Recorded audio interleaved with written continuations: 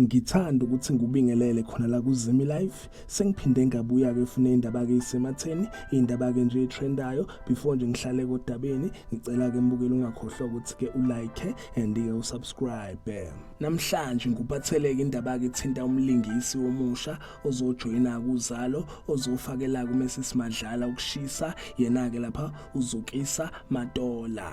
So laba veza ukuthi ke uZukisa Matola uzojoyina kuZalo, uzodlala ke indawo kaNoma Mukabile, and igama kazobe bizwa ngalo uzobe bizwa ke ngoNoma Russia. Okunye ke abakuvezile laba baveza ukuthi ke uNoma Russia uyi-taxi owner and ke uthola noma yini akayifunayo. Babeke sebeveza futhi ukuthi ke yena kuNoma Russia uzoba ke ushuga mama kaPrince, uPrince ke lo othandana naye ke lapha uMrs Madlala. Babeke sebeveza ukuthi ke yena kuNoma Russia uzobe ke nesikhwele, uzobe engafuni umuntu osondela ke lapha eduze kwaPrince and ke lokho uzodala ke inkinga for yena kuPrince benaye ke lapha uMrs Madlala.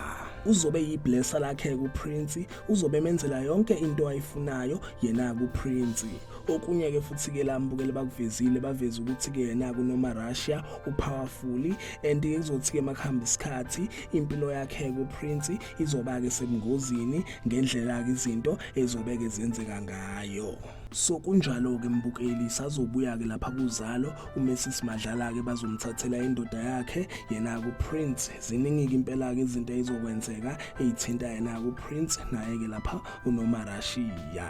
Sinjalo ke mbukeli izoke indaba ade nguphathele zona lezi ukuthi ke uZukisa Matola uzojoyina ke lapha kuZalo, uzodlala ke indawo kaNoma Russia.